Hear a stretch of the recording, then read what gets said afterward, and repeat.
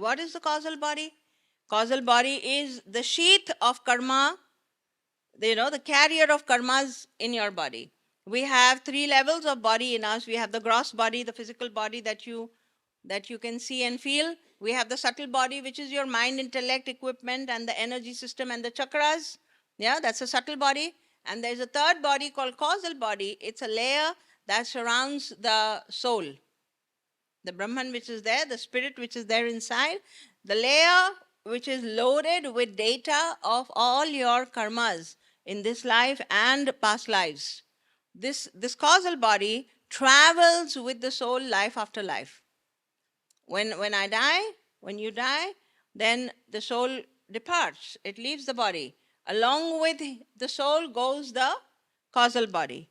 And then the soul comes into a new womb, into new life, into a new body, the causal body, the old causal body which has been traveling with him, enters into the new life, and now a new blueprint, a new destiny is chosen for the new human being. So when the soul goes into a new body, then the causal body is going with it. So every moment, whatever you're thinking and doing is registered in the causal body.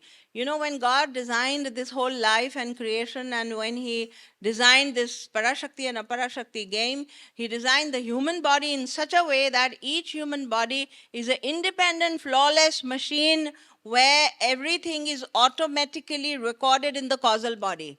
Your every thought and every action is automatically registered, recorded in the data sheet that is the causal body. And there is no error there. There is no error there. It manifests as a reality. Your blueprint, whatever you're facing in your life, is all coming from your causal body. There's no flaw there. And who is monitoring the system? The soul himself, the Brahman himself sitting inside is monitoring the system, so there is no error. It goes as per the law of cause and effect.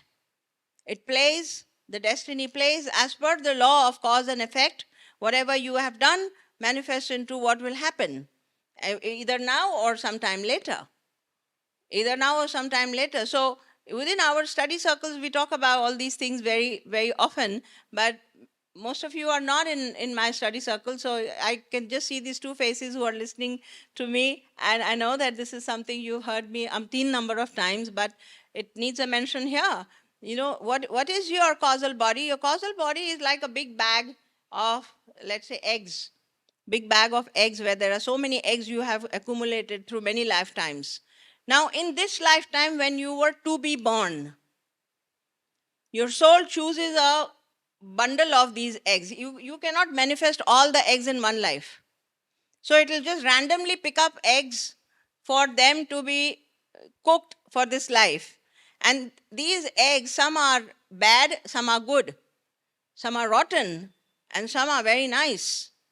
All right, so randomly picking up things from the causal body into a design, what we call the blueprint of our life, becomes the story of your life. And in this lifetime, then you will have to eat some rotten eggs and some good eggs. These are randomly picked up particles from your causal body. The soul does that. Now, when we're talking about Parashakti and Aparashakti, Parashakti is pure consciousness in movement, and it is absolutely light and pro-consciousness. That's the game. It can surpass destiny many times. What we call grace, what we call just at the right time something happened and it happened. It just happened. What we call intuition, what we call grace, what we call just something divine intervened. That's Parashakti. So, Aparashakti will keep you involved and in creation of more karmas. Parashakti will keep you involved, engrossed, and when the I is very active and you're doing activities without the awareness of the Parashakti or consciousness, that means you're not thinking of the divine through the day and you're just carrying the burden on your shoulders and working like a donkey or like a bull who is tied on a stump. You're just going round and round, round and round, round and round. Then you keep creating more and more karmas. And these karmas start getting accumulated in the causal body, good and bad, both. What good you do, you accumulate that. What bad you do, you accumulate that. And some of these manifest in this life itself as agami karmas, and some of these go into the future lives, depending on the quality of the seeds. The green lentil sprouts very soon, within a few hours, whereas the red big lentil takes a full day to sprout.